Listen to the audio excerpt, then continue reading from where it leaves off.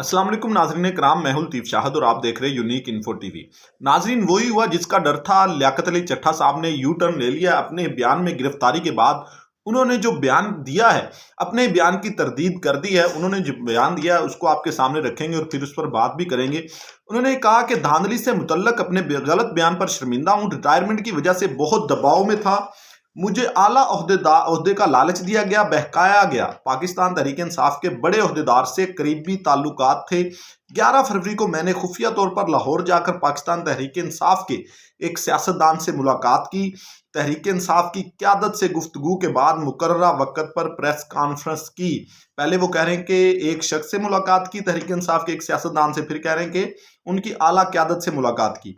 तहरीक इंसाफ के ही एक अहम ओहदेदार के कहने पर ही चीफ जस्टिस का नाम लिया गया। रियासत मुखालफ बयान बदनीति पर मबनी था। Chief justice, chief election commissioner, bureaucrats और कौम से माफ़ी मांगता हूं।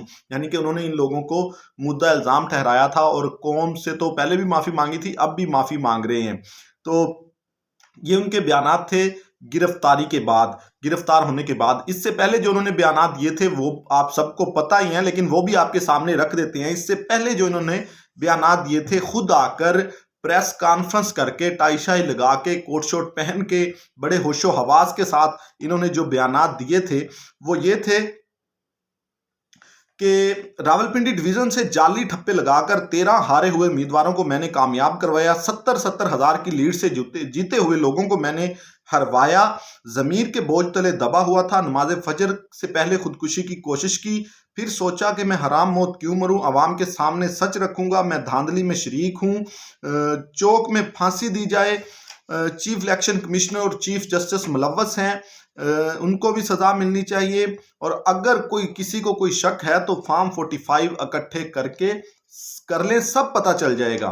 इसके बाद मैं कौम से माफ़ी मांगता हूं जो भी मैंने किया है और अपने आप को कानून के हवाले करता हूं। उसने अपने आप को कानून के हवाले किया और उसके बाद अब फिर अपने तमाम तर बयानात की तरदीद कर दी। तो ये या तो तब इनका ज़मीर जागा था या अब ज़मीर जागा है, या पहले वाला बयान गलत था या अब गलत है। ये सब कुछ आपके सामने रख दिया है। सवाल ये पैदा होता है कि पहले तो उन पर कोई दबाव नहीं था मेरे ख्याल में, जो हवाएं जिस तरफ चल रही थी। उसके अलावा जो उन्होंने कहा कि फॉर्म 45 को इकट्ठा कर लिया जाए, सबको पता चल जाएगा। अवाम भी तो यही चाहती है, कौम भी यही चाहती है कि फॉर्म 45 इकट्ठे कर लें, सब दूध का दूध पानी का पानी हो जाएगा। और फॉर्म 45 अब बच्चा बच्चा जानता है कि उसकी क्या हैसियत है। फॉर्म 47 तैयार कैसे किया जाता है ये भी सबको पता है। और उन्होंने, वो कहते नहीं कि जज्बात बदल दिए, हालात बदल दिए, दुनिया बदल दी।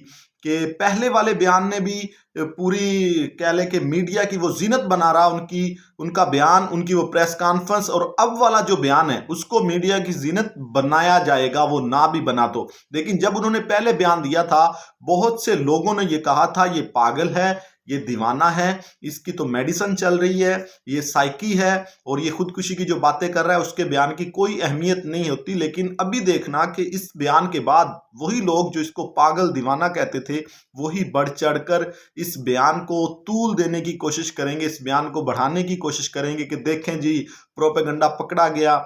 लेकिन बात यह है कि जो भी इसमें मुलव्वस है, या पहले वाला अगर बयान दुरुस्त था तो भी उनके आलाकारों को सजा मिलनी चाहिए। अगर अब वाला बयान दुरुस्त है तो ये इस पर पूरी एक कमेटी कायम होनी चाहिए। इस चीज़ की तफ्तीश होनी चाहिए कि कौन कौन इसमें मुलव्वस था, किसने इसको इस बात पर उकसाया कि वो बयानात दे पहले वाले, और कौन कौन इसमें मुलव्वस था। उन सब को सजा मिलनी चाहिए, क्योंकि पूरी कौम को उबहम का शिकार किया गया। और ये पता चलना चाहिए पूरी कौम को कि पहले वाले बयानात दुरुस्त थे या अब वाले। वैसे सवाल ये है कि आप लोगों ने इसका जवाब ज़रूर देना है कि ये जो अब इसका बयान रिकॉर्ड करवाया गया है, क्या इस बयान की कोई अहमियत होगी अवाम के जहनों पर, अवाम के दिलों पर? क्या अवाम इस बात को तस्लीम करेगी कि जो इन्होंने बयान दिया है कि ये वाकई दुरुस्त है, कि इसने किसी लालच में आकर पहले बयान दिया था, या अब वाला बयान दुरुस्त है या पहले वाला बयान दुरुस्त है? आज तक के लिए इतना ही। इजाज़त दीजिए।